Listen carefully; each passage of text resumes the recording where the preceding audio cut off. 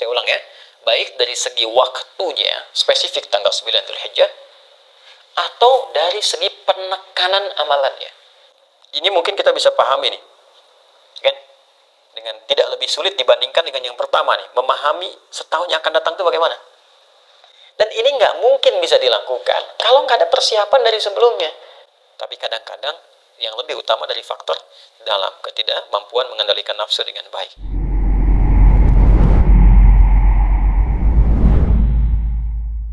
Bahwa siam, puasa itu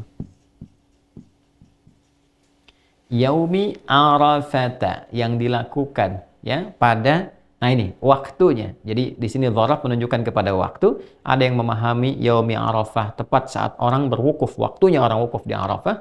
Ada yang memahami di penanggalan yang sama dengan orang wukuf. Jadi kalau sana tanggal 9, tempat lain tanggal 9, walaupun berbeda momentumnya, di sana wukuf, di sini misalnya belum nyampe, maka sama-sama ketika dipahami tanggal 9, ya, itu dimaksudkan pada harinya, tanggal 9 Dzulhijjahnya. Jadi bagi orang yang wukuf, dipahaminya saat wukufnya, di waktu setempat, saat wukufnya, tanggal 9. Ya, bagi orang yang tidak wukuf, ya tinggal dilihat bagaimana kemudian keadaan di sekitarnya, tempat setempatnya. Ya, kalau dia bersamaan misalnya, samaan dengan orang yang wukuf, tanggal 9-nya sama, di waktu yang serupa, harinya sama, maka saat wukuf, sini pun kemudian menunaikan puasa. Tapi kalau misalnya perbedaannya di sana, hilal sudah masuk waktunya, sudah tampak, dari segi hisab juga sudah tampak, misalnya kan, atau di tempat lain hisabnya belum masuk misalnya, ru'yatnya nggak tampak, maka boleh jadi bisa berbeda. Di sana tanggal 9-nya hari A, di sini hari B misalnya, maka yang diambil waktunya. Ya, diambil apa? Waktunya. Singkatnya adalah, ini tanggal 9, ini pun tanggal 9. Di puasa yang ditunaikan, pada tanggal 9 Dzulhijjah itu, di saat orang-orang yang wukuf di Arafah, siyamu yaumi Arafah, di hari orang-orang saat wukuf di Arafah. Ya kan? Tanggal berapa? Tanggal 9. Ketika di tempat lain didapatkan tanggal 9, di tanggal 9 Dzulhijjah, di sana wukuf, sini puasa. Itu yang dimaksudkan. Jadi yang di sana sedang berwukuf, di sini puasa. Nah, ini bukan puasa biasa. Tidak sama dengan puasa biasa. Ya, puasa-puasa baik dari segi waktunya pun dari segi penekanan amalannya. Saya ulang ya, baik dari segi waktunya, spesifik tanggal 9 Dzulhijjah, atau dari segi penekanan amalannya. Baik ya? Jika kita masuk ke bulan Ramadan misalnya, apa yang ditekankan di bulan Ramadan? Ya, mendekati Allah Subhanahu wa taala lewat peningkatan amal saleh, kan? Menahan nafsu, mengondisikan jiwa, kemudian tingkatkan ibadah kita siang dan malam dan seterusnya. Yang ini spesifik, teman-teman. Ada tafsirnya langsung dari Nabi sallallahu alaihi wasallam. Apa tafsiran dari Nabi? Perhatikan kalimatnya.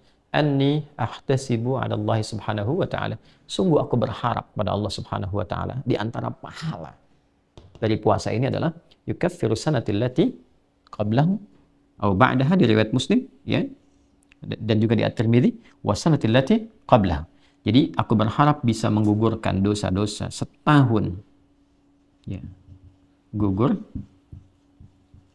dosa setahun yang akan datang, oke, dan setahun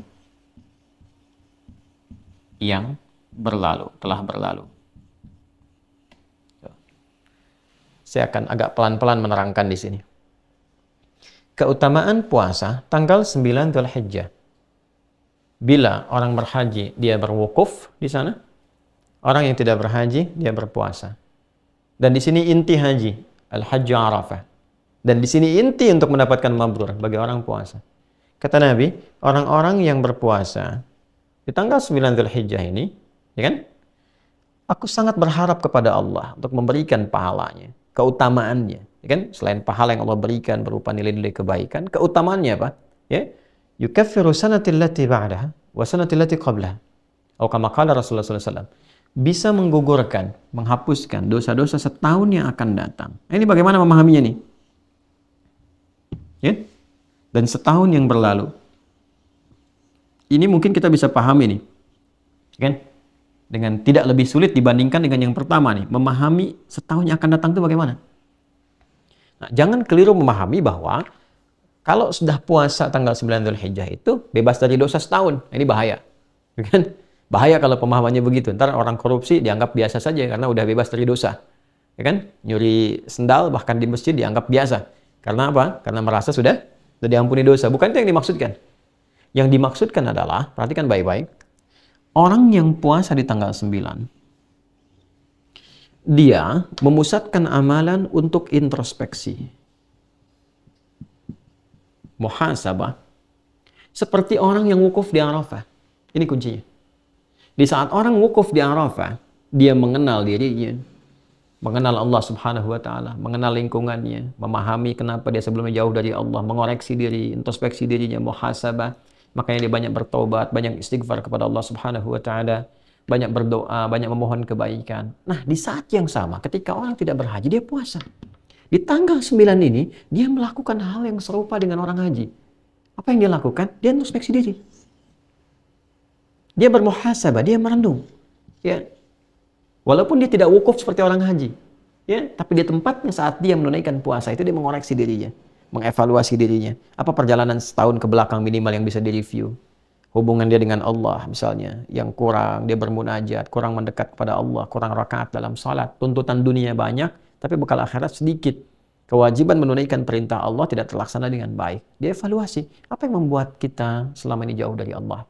Apa yang menghambat saya menunaikan salat dengan baik? Bangun malam untuk dekat dengan Al-Quran. Apa yang menghambat itu semua? Introspeksi diri. Introspeksi. Dan ini nggak mungkin bisa dilakukan kalau nggak ada persiapan dari sebelumnya. Makanya tanggal 1 Dzulhijjah, 2 Dzulhijjah itu penting dibangun persiapan supaya tanggal 9 optimal. Karena penekanannya di sini. Penekanannya di sini. Jadi nggak mungkin orang tanggal 9 itu bisa puasa dengan baik. Kalau cuma nahan lapar dan haus bisa ya. Nahan lapar dan haus dari mulai ya fajar sampai dengan maghrib, insya Allah bisa dilakukan. Tapi kalau menjalani puasanya seperti ini dan introspeksi diri, menata diri lebih baik, melihat tautan-tautan dengan sekitarannya, memperbaiki, mendekati Allah dengan ya semaksimal yang bisa dia lakukan, itu nggak mungkin bisa dilakukan tiba-tiba tanggal 9 begitu, nggak bisa. Kecuali ada persiapan sebelumnya. Dia tingkatkan bacaan Qur'annya, dia latihan puasa sebelumnya, sehingga puncaknya ketika tanggal 9 Dzulhijjah, puasa dia di momentum ini, dia merasakan kenikmatan yang tidak dirasakan sebelumnya. Di titik itulah kemudian muncul kesadaran untuk mendekati Allah Subhanahu wa Ta'ala. Maka apa yang terjadi?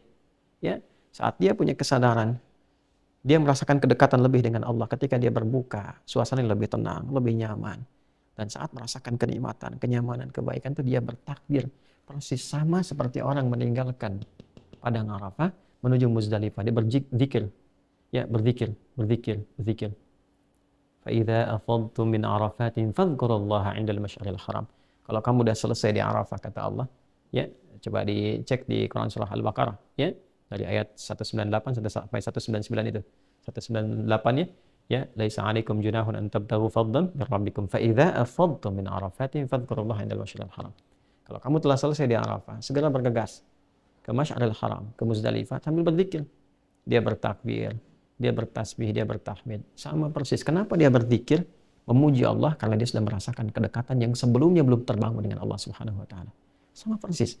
Orang kalau sudah selesai, dia puasa, dia bermuhasabah, dia menangisi dirinya, bertobat, ingin jauh lebih baik dari sebelumnya. Tiba-tiba merasakan perubahan pada diri, dia bertakbir. Allahu Akbar, Allahu Akbar, Allahu Akbar. Malam 10 tuh. Ya. Dan puncaknya di hari ke-10, teman-teman. Apa yang terjadi? Hari ke-10.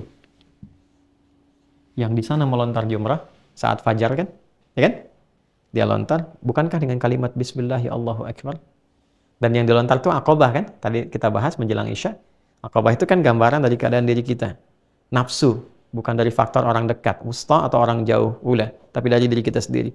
Kadang-kadang keburukan itu muncul bukan karena faktor luar, tapi kadang-kadang yang lebih utama dari faktor dalam, ketidakmampuan mengendalikan nafsu dengan baik. Nah, nafsu ini yang dilontari, sifat-sifat buruk dalam nafsu. Oh, ini yang kurang bagusnya. Oh, ini yang sifat-sifat yang tidak baiknya, lontar. Dan ketika akan melontar, Bismillahirrahmanirrahim. Sehingga dengan lontaran itu kita merasakan perubahan pada diri pribadi.